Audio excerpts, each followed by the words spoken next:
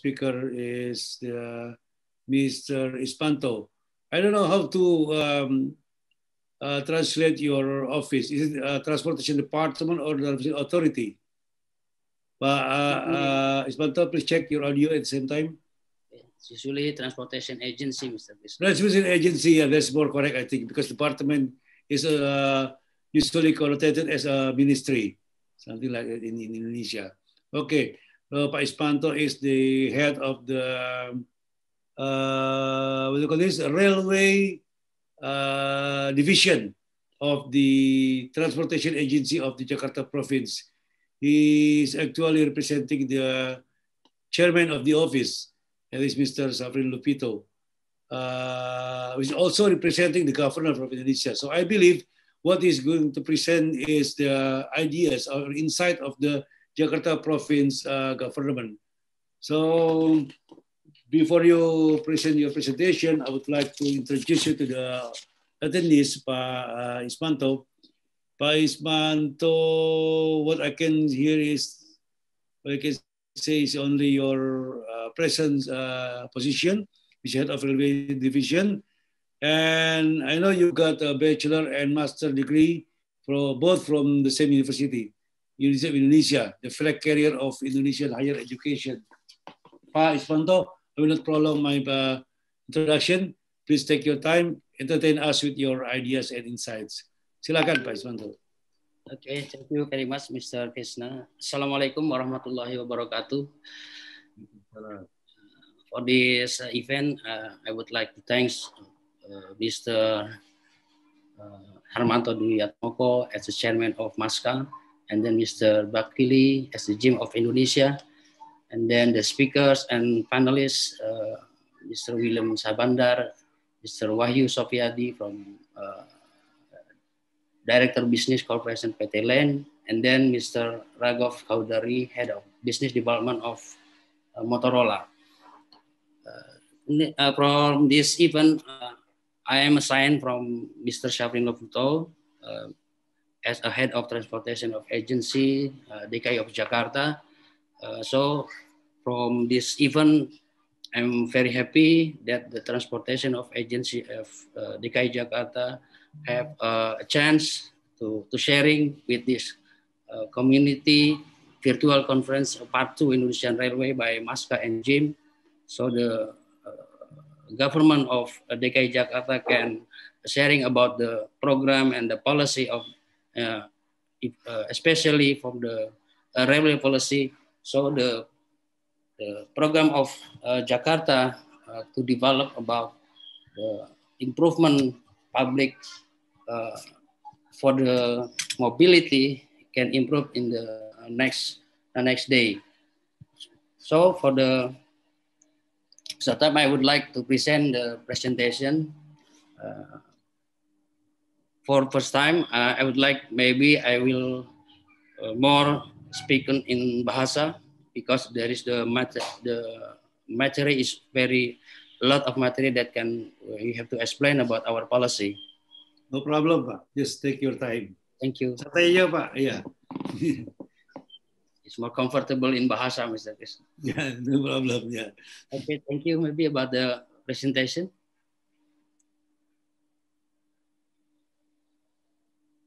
Baik, terima kasih Bapak Ibu sekalian. Pada kesempatan ini saya Ismanto selaku Kepala Bidang Perkeretaapian Dinas Perhubungan Provinsi DKI Jakarta. Terima kasih atas kesempatan yang diberikan sehingga dapat memaparkan hal-hal yang terkait dengan program khususnya perkeretaapian di DKI Jakarta, sehingga paling tidak menjadi sebuah informasi buat publik dan juga menjadi sebuah feedback balik terhadap planning program maupun pengembangan khususnya perkeretaapian di Jakarta ke depan. Pada kesempatan ini izin kami menyampaikan apa yang juga sudah disiapkan oleh Dinas Perhubungan, mewakili Bapak Kepala Dinas Perhubungan Pak Syafrin, untuk topik yang kami presentasi pada kegiatan virtual conference pada kali ini adalah Acceleration and Solution for the Integration of Jakarta's Complex Rail-Based Urban Transport. Artinya upaya percepatan dan juga solusi khususnya dalam hal integrasi terhadap pengembangan perkeretaapian perkotaan yang memang kompleks. Oke, lanjut. Next. This is the fourth step about the priorities development of Jakarta transportation from our governor, menjawab sebagai sebuah isu terhadap apa yang dihadapi transportasi DKI Jakarta sejak beberapa waktu yang lalu dan sampai hari ini, di mana secara kebijakan nasional dan juga menjadi kebijakan Pemprov DKI Jakarta, setidaknya isu transportasi bersama dengan banjir, kemudian penanganan lingkungan, ini menjadi sebagai sebuah prioritas yang sudah sangat mendesak untuk dilakukan. Nah, terkait dengan hal tersebut, khususnya dalam mengurai dan menyelesaikan masalah kemacetan, kemudian inefisiensi dalam pergerakan dan mobilitas.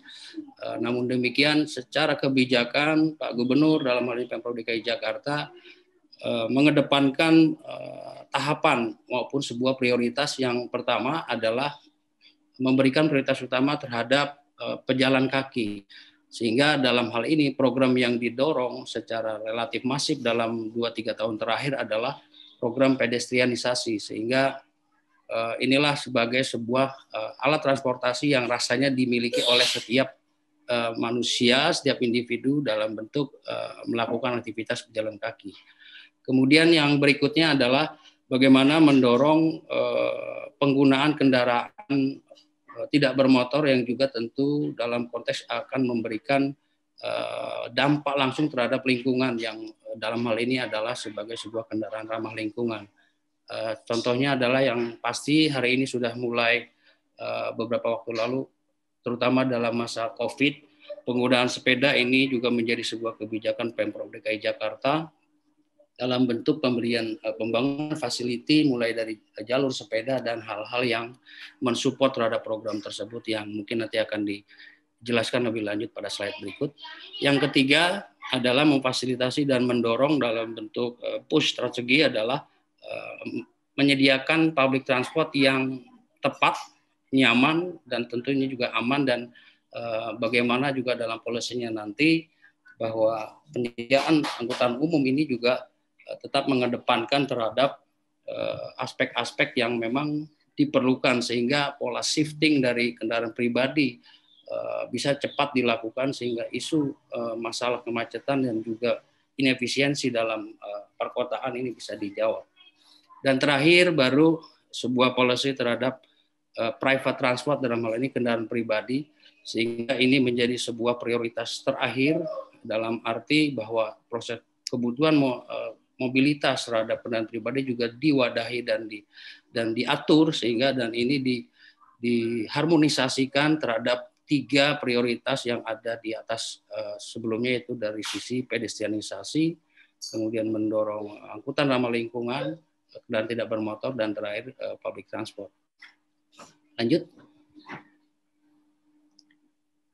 Nah, ini tadi gambaran dari hal-hal yang disampaikan pada slide sebelumnya, bagaimana proses pemihakan maupun prioritas terhadap aspek pedestrianisasi, seperti pada slide di gambar sisi paling kiri, bagaimana Pemprov DKI Jakarta mendorong memberikan prioritas terhadap pergerakan pejalan kaki dengan menyiapkan fasilitas pedestrian. Dan ini tentu mendorong terhadap penggunaan juga terhadap kendaraan tidak bermotor, dan pada akhirnya ini adalah dalam rangka bagaimana menyediakan lingkungan kota yang ramah lingkungan. Kemudian juga mendorong penggunaan public transport sebagai backbone dari sistem transportasi perkotaan, apalagi untuk Jakarta yang memang sudah kategori sebagai megapolitan dan big city, sehingga sudah harus memikirkan sebuah pola mass transport yang menjadi backbone-nya. Dan terakhir tentu secara makro, bahwa semua ini tidak hanya dari sisi penyediaan angkutan umum dan juga pedestrian, tapi bagaimana ini dikolaborasikan secara komprehensif, sehingga juga dipadukan dengan pola-pola penerapan transport demand policy secara tepat dan disinergi dengan seluruh stakeholder dan shareholders yang terkait. Nah, kemudian pada posisi tengah, bagaimana juga terkait dengan topik pada kali ini, bahwa Pemprov DKI Jakarta memperkenalkan, mengetengahkan program ke depan dalam bentuk skema pola integrasi dalam transportasi yang dinamakan dengan Jaklingko. Sehingga lewat skema ini seluruh aspek transportasi baik push maupun pull strategi dari sisi penyediaan sarana prasarana sampai seluruh kebijakan pendukung ini menyatu secara komprehensif sebagai sebuah policy yang dinamakan Jaklingko.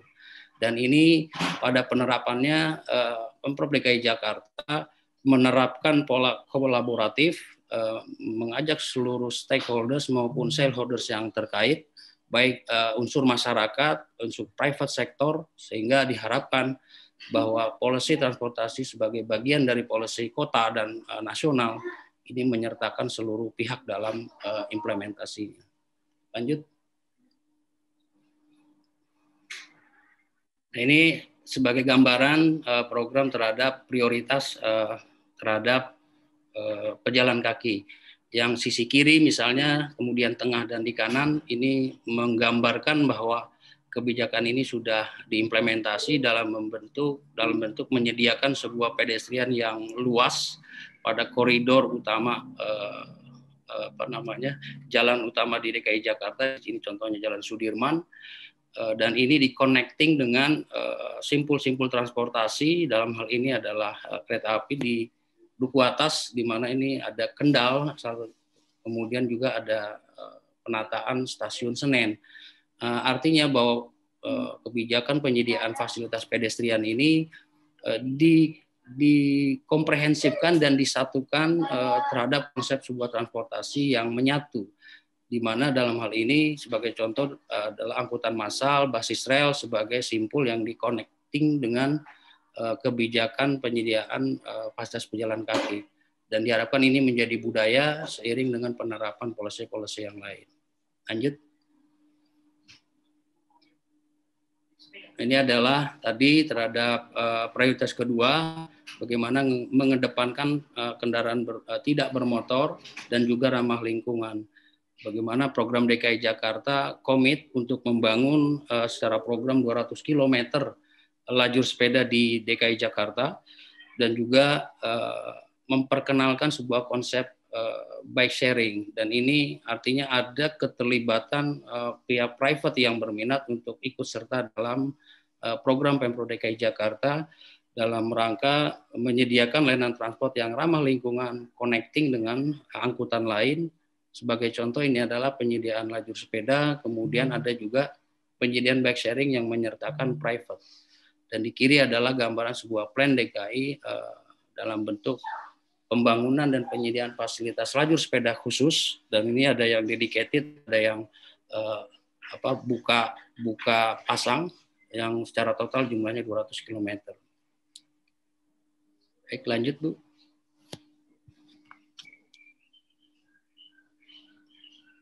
Kemudian ini terkait dengan policy bahwa Jakarta alhamdulillah pada beberapa waktu yang lalu sudah turun indeks dari sisi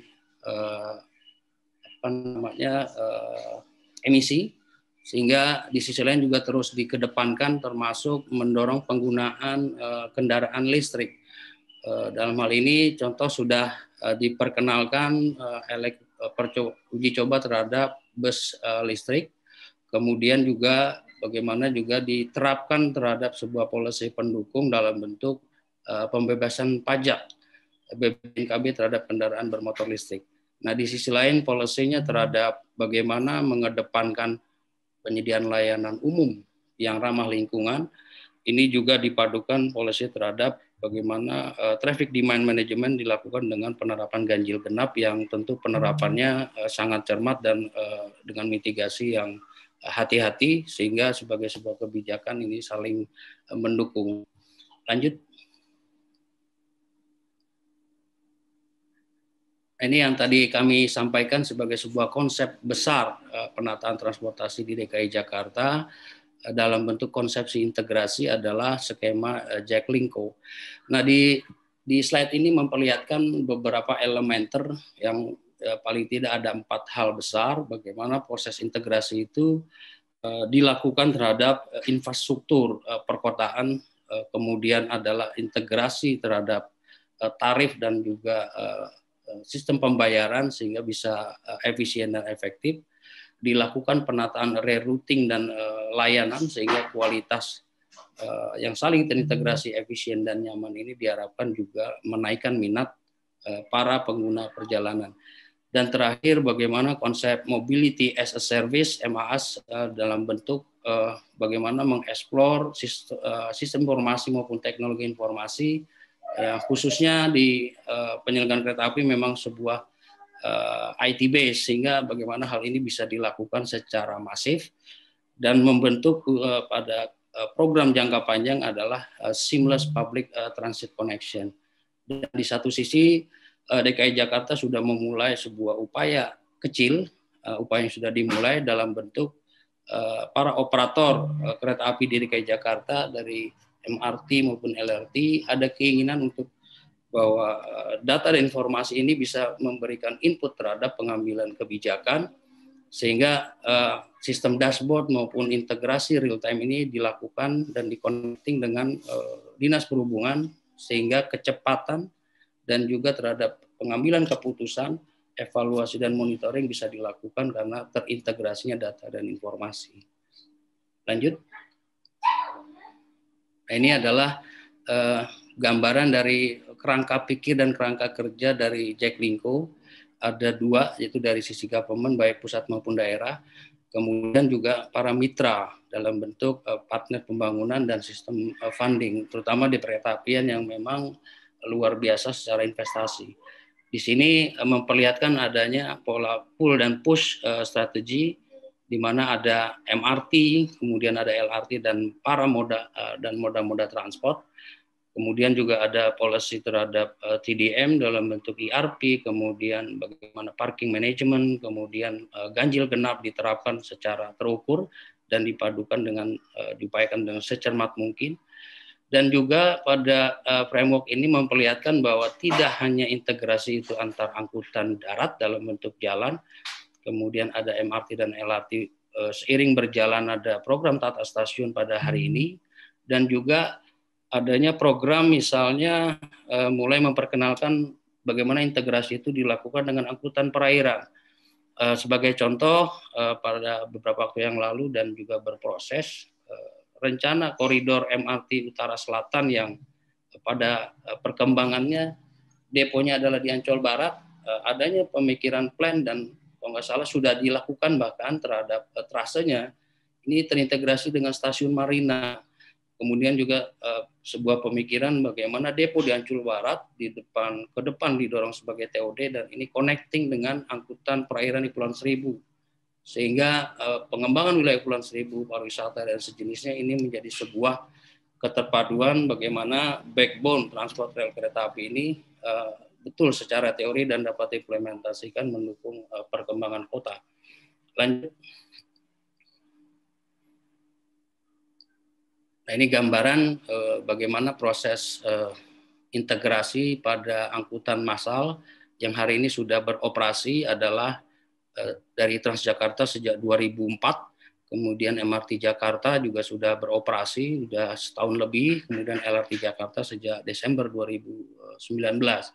Nah, ini menjadi penting apa yang sudah berjalan ini dimonitoring dan evaluasi sehingga untuk policy ke depan bagaimana khususnya isu integrasi yang pada akhirnya bisa menjawab terhadap permasalahan yang tadi disampaikan di depan dalam bentuk bagaimana masyarakat mau shifting terhadap pola angkutan umum, ya tentu dengan penyediaan sebuah operasi yang mendukung terhadap bagaimana masyarakat bisa beralih penggunaan angkutan umum dengan penciptaan integrasi yang komprehensif. Lanjut. Nah, ini gambaran data teknis terhadap MRT Jakarta sudah terbangun di fase 1 sampai di Harmoni sampai di kemudian nanti rencana akan berlangsung di fase 2, kemudian juga nanti berujung di Ancol Barat dan ini tengah berproses. Harapannya tentu ini menjadi tadi sebagai backbone terhadap utara selatan yang secara program tentu akan terus dikembangkan seiring dengan policy DKI Jakarta terpadu dengan policy nasional dalam bentuk RIPP, Pemprov DKI Jakarta, Rencana Induk Perkeretaapian Perkotaan Jakarta dengan Ripnas. Lanjut. Ini adalah RT Jakarta yang pada beberapa waktu lalu sudah beroperasi sejak 2019 secara komersial di akhir tahun. Ini baru fase 1 dari velodrome ke Pegangsaan 2. Ini baru 5,8 km kurang dengan 6 stasiun, dan ini pada saat tahun ini diharapkan juga sudah berjalan pengembangan jaringan mulai dari Pegangsaan 2 ke JIS Jakarta International Stadium. Lanjut. Masih berapa waktu lamanya Pak Krisna ini? Ini adalah gambaran planning network dari MRT sejak dari 2019 hingga 2030, yang ini tentu menjadi policy Pemprov DKI Jakarta bagaimana penyediaan transportasi berbasis rel ini diharapkan menjadi backbone terhadap penataan dari transportasi lain, bahkan secara ruang. Bagaimana dengan adanya backbone ini pemanfaatan fungsi ruang dan struktur ruang bahkan terakhir juga akan coba diarahkan sehingga bisa integrated dan harmoni. Lanjut, biar cepat. Ini adalah ini berikutnya adalah menggambarkan. We'll have 10 minutes Pak, just relax. Oke, 10 minutes. Oke, thank you Mr. Krisna. Ini adalah rencana induk perkeretaapian DKI yang pada saat ini berproses, diusulkan untuk direvisi dalam RT/RW 2030, kemudian dalam RDTRPZ, dan juga sudah diakomodasi dalam RPJMD. Nah, inilah yang memperlihatkan bagaimana pola integrasi tidak hanya terhadap sesama angkutan basis rel, di sini dengan pusat, kereta api pusat yang dioperasikan oleh PT KAI, juga ada LRT Jakarta yang tadi velodrome ke Pegangsaan 2 sudah beroperasi, dan di sini adanya juga ada LRT Jabodebek, ya, kemudian yang memperlihatkan integrasi, kemudian adanya LRT Public Private Partnership. Di sini memperlihatkan rencana nanti berikutnya ada konsep seamless, sehingga harapannya LRT yang dikembangkan ini bisa efektif efisien, sehingga pemanfaatan aset bisa dilakukan secara efisien karena sudah terbangun, dan pemilihan terhadap teknologi itu juga menjadi sangat penting dipertimbangkan agar pada saat ke depan terjadi pola integrasi yang paling maksimal. Nah, ini adalah memperlihatkan konsep integrasi, kemudian konsep TOD, bagaimana ini diharapkan menjadi panduan dan legal standing dalam program pembangunan perkeretaapian ke depan. Lanjut. Mungkin cara cepat Pak ya. Nah, ini memperlihatkan integrasi antara mass transportation dengan tadi angkutan perairan. Tadi pada RIPP kita memperlihatkan adanya MRT Ancol Barat, Kota Ancol Barat. Ini diharapkan connect dengan angkutan perairan di Pulau Seribu sehingga tercipta pengembangan wilayah di pesisir termasuk di Pulau Seribu dengan adanya konektivitas antara rail base dengan angkutan perairan. Dan juga adanya trase yang yang diusulkan Pemprov DKI Jakarta adalah salah satunya dari Pondok Indah Kapuk kemudian ke JIS, sehingga diharapkan ini mengkoneksikan Pelabuhan Muara Angke, Muara Baru, Sunda Kelapa, Marina, dan Depo Ancol Barat, termasuk rencana adalah kawasan Ancol dan terkoneksi ke JIS, sehingga harapannya integrasi antar moda dengan pelabuhan ini terkoneksi, dan juga ada pola JIS ke Kali Baru. Dan di bawah gambaran integrasi dengan angkutan udara dalam bentuk usulan trase velodrome LRT Network Halim yang terintegrasi di stasiun Halim, itu antara LRT Jabodebek, kemudian LRT Jakarta, kemudian high speed train Jakarta-Bandung, dan juga dengan Transjakarta. Seiring adanya titik-titik integrasi baik antar kereta api maupun juga dengan bus BRT. Dan di bawah adalah tadi yang kami sampaikan, karena ini beberapa waktu lalu juga ada dari pihak investor yang tertarik ternyata, sehingga adanya kemungkinan integrasi 3 matra, jadi dari darat, laut, dan udara dan penerbangan dalam bentuk penyediaan aspek layanan penerbangan di Depo Ancol Barat apabila dikembangkan sebagai TOD. Artinya penggunaan sejenis chopper bisa dilakukan, dan ini menggambarkan pola integrasi yang bisa dibangun ke depan. Lanjut. Nah, ini adalah tadi yang kami sampaikan gambaran rencana induk perkeretaapian DKI Jakarta hingga 2039. Ini harapannya sudah memang memperhitungkan dampak pembiayaan COVID dan sejenisnya, sehingga diharapkan ini bisa dilakukan. Dan ini menggambarkan keinginan penerapan terhadap urban generation, sehingga diharapkan 2030 ke depan ini 90% seluruh aspek DKI Jakarta setidaknya terlayani oleh dan terjangkau oleh rail bus sebagai backbone. Lanjut. Ini juga yang perlu kami sampaikan bahwa berdasarkan Master Plan 2039 ke depan, keinginan untuk menciptakan seamless transport yang dimulai dari LRT Jakarta dengan LRT KPDBU. Sehingga harapannya di Pondok Bambu dan Karet, sebuah pemikiran adanya seamless itu bisa dilakukan, sehingga pada poin 2, efisiensi dalam bentuk rail, station, depot, dan sejenisnya ini bisa efisien dan efektif, sehingga cost investment termasuk PSO apabila itu perlu dilakukan, itu tentu akan mendukung terhadap pola yang optimal dan efisien. Kemudian juga tentu interkoneksi antar jaringan ini tentu akan menciptakan dan pastinya akan berpengaruh langsung terhadap pertumbuhan dan perkembangan ekonomi kota. Dan ini didukung oleh sebuah rencana persetujuan desain kriteria dan spektek yang menjadi basis dalam perencanaan dan pembangunan LRT ke depan. Sehingga dalam pengembangannya nanti dengan adanya sebuah gambaran pedoman yang bisa menjadi sebuah basis perencanaan, sehingga pola keterpaduan dan harapannya ada integrasi seamless itu bisa dilakukan. Lanjut, Bu. Ini gambaran tadi Jaklingko, ada 5 elemen dari network integrasi, kemudian pola pembayaran integrasi, penataan penggunaan aset, kemudian facility supporting provider, dan terakhir tadi pemanfaatan data informasi untuk mendukung pola integrasi yang maksimal. Lanjut, Bu. Cukup banyak. Nah, ini gambaran pola integrasi terhadap tiketing, dan sudah dilakukan dalam tahapan ini adalah bagaimana MRT kemudian LRT dalam hal ini Jakpro dan juga Transjakarta sudah terpayungi sebagai sebuah konsep Jaklingko Indonesia dipadukan dengan MITJ sebagai anak perusahaan dari KAI dan MRT, sehingga diharapkan